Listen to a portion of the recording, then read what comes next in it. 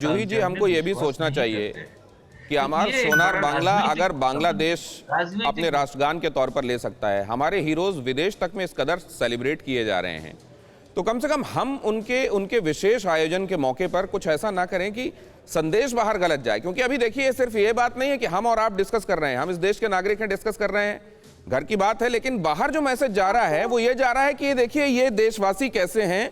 नेताजी सुभाष चंद्र बोस के नाम पर आयोजित 125वीं जन्म जयंती, उस दौरान आयोजित कार्यक्रम में भी ये चल रहा है, वहां सरकारों के नुमाइंदे आपस में लड़ बैठे। देखिए, आपको पहले ऐसा क्यों लग रहा है कि ममता जी ने कुछ किया है? ममता दीदी तो खुद वो पर अटेंड करने गई थी, खुद अपने वो निमंत्रण ग्रहण किया और जो सेंट्रल गवर्नमेंट का जो प्रोग्राम है, जो केंद्रीय सरकार का प्रोग्राम है आज भी विक्टोरिया में, तो वहीं पे वो खुद गई थी वहाँ पर अटेंड करने के लिए। अच्छे मन से गई हुई थी, उतना प्रिपेयर करके गई थी कि वो भी कुछ बोलेंगी नेताजी के बारे में। सबको, हम लोगों को, देश के सबको सुनाई देगा, उनके भी भाषण के लिए हम लोग सभी वेट कर रहे थे।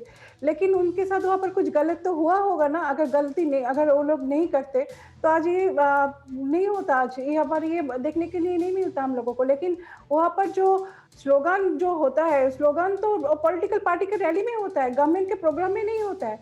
और बंगाल के जो लोग हैं वो हमेशा, जो यहाँ पर काम करने वाले लोग हैं, जो यहाँ पर काम करते हैं, उन्नयन को देख के, जो परिषेवा लोगों को मिला है वो देख के वोट देते हैं।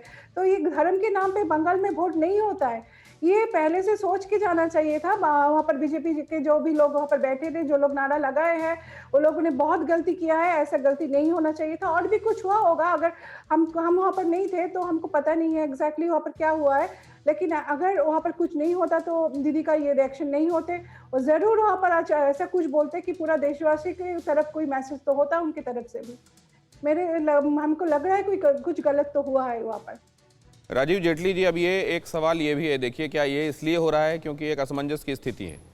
सेकुलर देश में धर्म की बात वहाँ पर कम से कम नहीं होनी चाहिए जहाँ पर कोई गवर्नमेंट आयोजन हो रहा है, नंबर एक।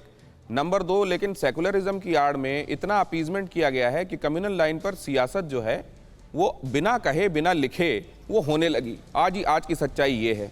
अब इस सच्चाई को कुछ जगहों पर सूटेबली मानना, कुछ जगहों पर नहीं मानना, क्या ये इस असमंजस की वजह से ये सब दिक्कतें हो रही हैं?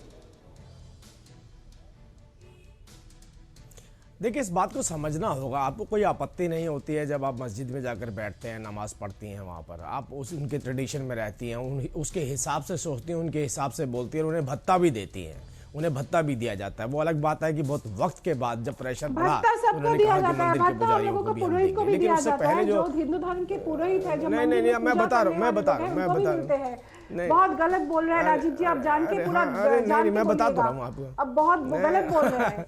नहीं, आप सुनिए मेरी बात। देखिए, आप मुझे यहाँ नहीं बोलने दे रही दीदी, वहाँ नहीं बोलना चाहती थी। हम बोलेगा कौन? कोई तो बोलेगा ना।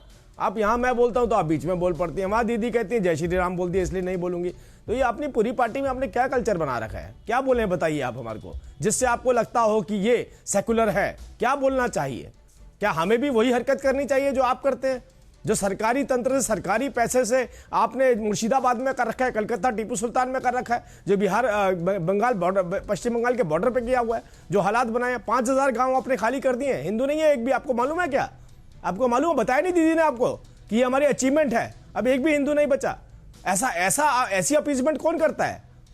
क्या चाहते हैं आप लोग? समझाइए तो सही पहले। मैं इसीलिए कह रहा हूँ, दीदी को तकलीफ हुई इस बात से। दीदी को तकलीफ हुई इस बात से। कल पश्चिम बंगाल के 5000, सुनिए मेरी बात को, मेरी बात सुनिए। आप कई बार चैनल पे बैठते हैं ना, ऐसा लगता है जैसे बांग्लादेश के प्रवक्ता बैठे हैं, भारत के प्रवक्ता ही नहीं बैठे। ऐसा लगता है टीएमसी बांग्लादेश की पार्टी है। अच्छा, एक सेकंड इसमें ना पड़े। राजीव जी, आप अपनी बात कहिए, आपका सवाल पूछिए, फिर जूही जी मैं रिक्वेस्ट करता हूं आप तब तक शांत रहें जब तक राजीव जी की बात पूरी नहीं हो जाती। फिक्र आपकी, सोमवार से शुक्रवार रात 9 बजे सिर्फ TV9 भारतवर्ष पर।